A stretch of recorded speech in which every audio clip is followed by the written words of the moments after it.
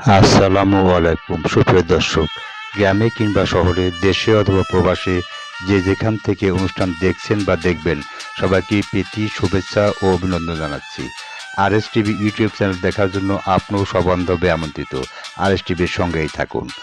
আপনাদের সঙ্গে আছি উপস্থাপনায় আমি রেজাউল করিম, পরিচালনায় আছেন রাসেল সরকার, ভিডিও সম্পাদনা করেছেন রাজীব সরকার, তত্ত্বাবধান আছেন আব্দুল মমিন এবং সঙ্গে আছেন মাসুদুজ্জামান বাবু। যেহেতু কন্টেন্টটি ঐতিহাসিক বিষয়ের উপর তৈরি করা বিধায় সময় একটু লম্বা হলেও বিষয়টি ধরে ধরে দেখার জন্য বিনীত অনুরোধ রইল। আরএস টিভির সঙ্গে থাকার জন্য ধন্যবাদ সবাইকে। চলুন অনুষ্ঠানের মূল পর্বে। সঞ্জয় কির্লোস্কর একজন ভারতীয় শিল্পপতি এবং কির্লোস্কর ব্রাদার্স লিমিটেড একটি কির্লোস্কর গ্রুপ কোম্পানি ব্যবস্থাপনা পরিচালকের জীবনী সকল তথ্য জানতে স্বাগত জানাই নতুন ওই ভিডিওতে। আসসালামু আলাইকুম। আজ আমরা উপস্থাপন করব সঞ্জয় কির্লোস্কর একজন ভারতীয় শিল্পপতি এবং কির্লোস্কর ব্রাদার্স লিমিটেড একটি কির্লোস্কর গ্রুপ কোম্পানির ব্যবস্থাপনা পরিচালকের জীবনের সকল তথ্য জানতে আপনিও আমন্ত্রিত। আরএস টিভির সঙ্গেই থাকুন। প্রিয় দর্শক, সঞ্জয় কির্লোস্কর একজন ভারতীয় শিল্পপতি এবং কির্লোস্কর ব্রাদার্স লিমিটেড একটি কির্লোস্কর গ্রুপ কোম্পানি, ভারতের বৃহত্তম কংগ্লোমেরেটের কর্পোরেশনগুলির মধ্যে একটি। এছাড়াও Sanjay Kirloskar all India management অ্যাসোসিয়েশনের সভাপতি ছিলেন। সঞ্জয় কির্লোস্করের জন্ম। সঞ্জয় কির্লোস্কর 22শে মার্চ 1957 সনে নাগপুর, বোম্বে স্টেট, বর্তমান মহারাষ্ট্র, ভারতে জন্মগ্রহণ করেন। তার বর্তমান বয়স 67 বছর। জাতীয়তা ইন্ডিয়ান। শিক্ষাগ্রহণ Illinois institute of technology, occupation chairman এবং এমডি কির্লোস্কর ব্রাদার্স লিমিটেড। স্ত্রী প্রতিমা কির্লোস্কর, সন্তান অলোক কির্লোস্কর, রামা কির্লোস্কর, পিতা চন্দ্রকান্ত কির্লোস্কর, মাতা সুমন্তই কির্লোস্কর।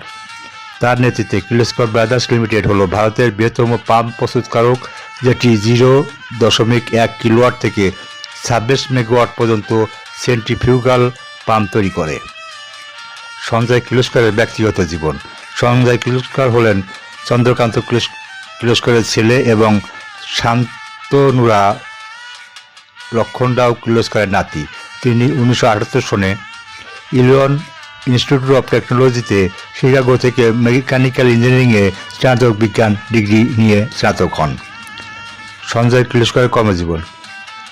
কির্লোস্কর ব্রাদার্স 2002 সনে এসপিপি পাম্পস ইউকে অধিগ্রহণ করেন এবং তারপর 2016 সনে ভারতের শীর্ষস্থানীয় নির্মাণ সংস্থাগুলির মধ্যে একটি আরবান কনস্ট্রাকশন, তারপর 2007 সনে the coal Hapur still limited এবং 2010 সনে ব্রেবার পাম্প লিমিটেড দক্ষিণ আফ্রিকা, সিনক্রোসফো ইনোক ইউএসএ 2014 এবং রোডেনলা পাম্প ইন্টারন্যাশনাল বিভি 2015 সালে। গত 5 বছর ধরে কির্লোস্কর ব্রাদার্স 32% এর গড় নেটওয়ার্থের উপর রিটার্ন দেখিয়েছেন। কির্লোস্কর ব্রাদার্স লিমিটেড 2012 সনে আসাম স্ট্যাম্প প্রাপ্ত করে এবং এটি প্রাপ্ত করার পাশাপাশি বিশ্বের কয়েকটি কোম্পানির মধ্যে প্রথম ভারতীয় কোম্পানি যা এই স্বীকৃতি পেয়েছে। সঞ্জয় কির্লোস্কর মূলত কৌশল শিল্পে আরও বেশি নারীকে যুক্ত করার জন্য একটি ড্যাবের অংশ হিসেবে কোয়েম্বাটোরে কির্লোস্কর ব্রাদার্স লিমিটেড এর সর্বমহিলা পরিচালিত উৎপাদন কারখানার ব্যবস্থাপনা করেছেন। কোয়েম্বাটুর হল ভারতের তামিলনাড়ু রাজ্যের দ্বিতীয় বৃহত্তম মেট্রোপলিটন শহর।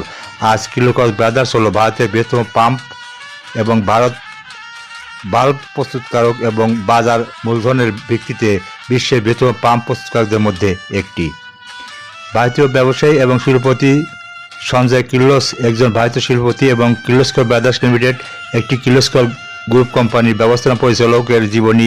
এই ছিল আজকের পর্বের মূল বিষয়বস্তু। আরএস টিভির সঙ্গে থাকুন। আমরা এই জীবিত কিংবদন্তি ভারতীয় ব্যবসায়ী এবং শিল্পপতি সঞ্জয় কির্লোস্করের একজন ভারতীয় শিল্পপতি এবং কির্লোস্কর ব্রাদার্স লিমিটেড একটি কির্লোস্কর গ্রুপ কোম্পানির ব্যবস্থাপনা পরিচালক এর দীর্ঘায়ু ও কল্যাণ কামনা করছি। প্রিয় দর্শক, আমার জ্ঞান সীমিত নগণ্য। সঞ্জয় কির্লোস্কর একজন ভারতীয় শিল্পপতি এবং কির্লোস্কর ব্রাদার্স লিমিটেড একটি কির্লোস্কর গ্রুপ কোম্পানি ব্যবস্থাপনা পরিচালকের জীবনের ইতিহাস ও অন্যান্য বিষয়বস্তু বর্ণনা করা খুবই কষ্টকর বটে। আমি দার্শনিক বা ইতিহাসবিদ নই। আমি সঞ্জয় কির্লোস্কর একজন ভারতীয় শিল্পপতি এবং কির্লোস্কর ব্রাদার্স লিমিটেড একটি কির্লোস্কর গ্রুপ কোম্পানির ব্যবস্থাপনা পরিচালকের জীবনী। এর বিস্তারিত ইতিহাস ও অন্যান্য বিষয়বস্তু যতটুকু বুঝতে পেরেছি তা থেকে কিছু তথ্য আপনাদের সামনে তুলে ধরার চেষ্টা করেছি। কাউকে ছোট অথবা বড়কে দেখা আমার উদ্দেশ্য নয়, ইতিহাসের পাতা থেকে তথ্য যদি মানব কল্যাণে কিঞ্চিত উপকার আসে সেই প্রত্যাশায়। আমার লেখাতে যদি আমি তথ্যগত কোনো ভুল করে থাকি তবে নিজ কোনো ক্ষমা করে দিবেন। ভুল করে ধরে দিলে অবশ্যই শুধরে নেওয়ার চেষ্টা করব ইনশাল্লাহ। ধন্যবাদ ও কৃতজ্ঞতা জানাই উইকিপিডিয়াকে। সবার কাছে দোয়া ও ক্ষমা প্রার্থনা করছি। আজ বিদায় নিচ্ছি। দেখা হবে নতুন কোনো অনুষ্ঠানের তথ্য নিয়ে। ভালো থাকুন, সুস্থ ও নিরাপদে থাকুন। RS টিভির সঙ্গেই থাকুন এবং বন্ধুদের দেখার সুযোগ করে দিতে অবশ্যই লাইক, কমেন্ট এবং শেয়ার করুন। এখানেই বিদায় নিচ্ছি। আল্লাহ হাফেজ।